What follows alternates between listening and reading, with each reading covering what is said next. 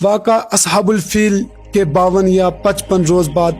آپ صلی اللہ علیہ وسلم اس دنیا میں پیدا ہوئے۔ حضرت آمنہ نے ایام حمل میں ہی دیکھا تھا کہ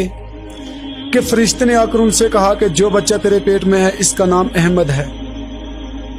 اس لیے ماں نے آپ صلی اللہ علیہ وسلم کا نام احمد رکھا، اور آپ کے دادا عبد المطلب نے آپ صلی اللہ علیہ وسلم کا نام محمد رکھا صلی اللہ علیہ وسلم۔ ابو الفدا کی روایت کے مطابق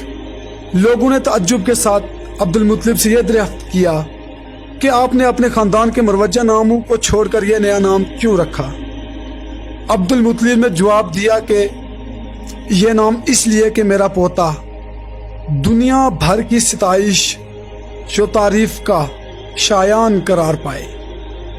ابن سعد رضی اللہ تعالیٰ عنہ سے مروی ہے کہ جب آپ صلی اللہ علیہ وسلم پیدا ہوئے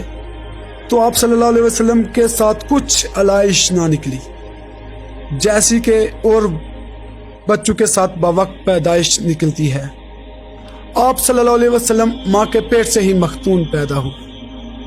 مورخین نے یہ بھی روایت کی ہے کہ جب آپ صلی اللہ علیہ وسلم پیدا ہوئے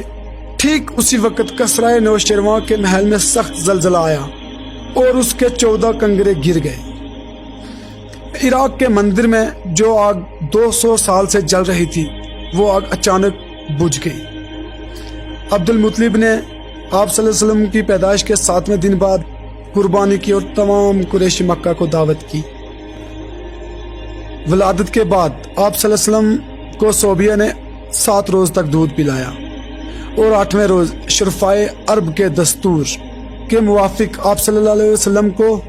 قوم حوازن کے قبیلہ بنی سعد کی ایک خاتون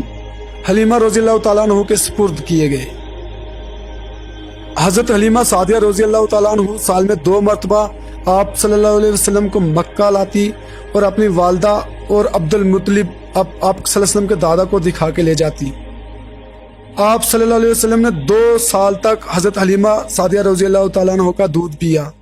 اور 2 سال اور بھی آپ صلی اللہ علیہ وسلم حلیمہ سعدیہ رضی اللہ تعالیٰ عنہ کے پاس رہے۔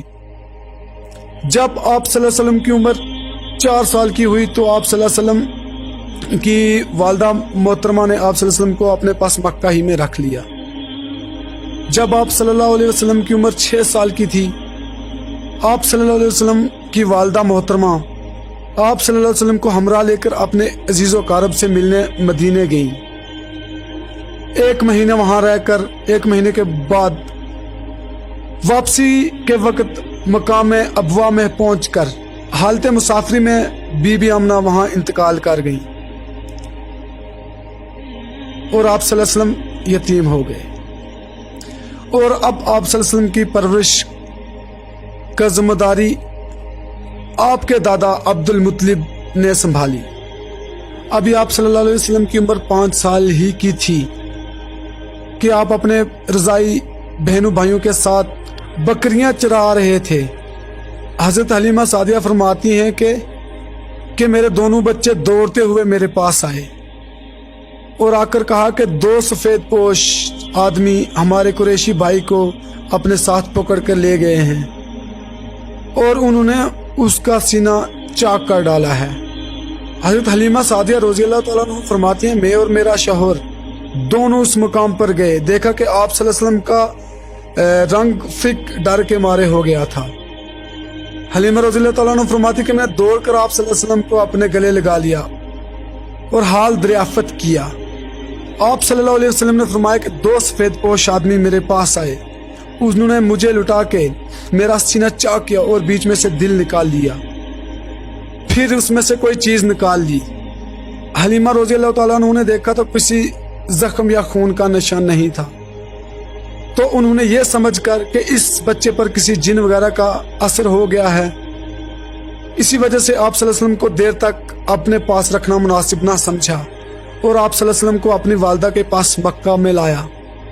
اور وہاں پہنچ کر تمام کیفیت سنا دی کہ اس بچے پر کسی جن کا اثر ہو گیا ہے۔ حضرت آمنہ رضی اللہ تعالیٰ عنہ نے یہ سن کر فرمایا کہ فکر کی کوئی بات نہیں ہے،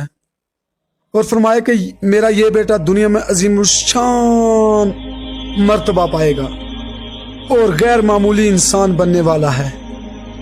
یہ ہر آفت اور ہر صدمہ سے محفوظ رہے گا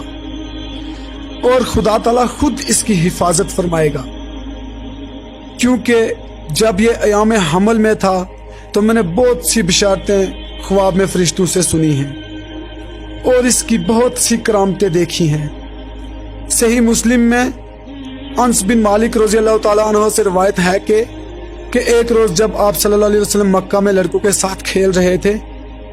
تو حضرت جبرائیل علیہ السلام آپ کے پاس آئے۔ آپ صلی اللہ علیہ وسلم کا دل چیرا اور ایک قطرہ نکال کر کہا کہ یہ شیطان کا حصہ تھا۔ بعد اس کے آپ صلی اللہ علیہ وسلم کا دل سونے کی تشت میں آب زمزم سے دھو کر جہاں رکھا ہوا تھا وہیں رکھ دیا، اور اس طرح آپ صلی اللہ علیہ وسلم 8 برس کے ہو گئے۔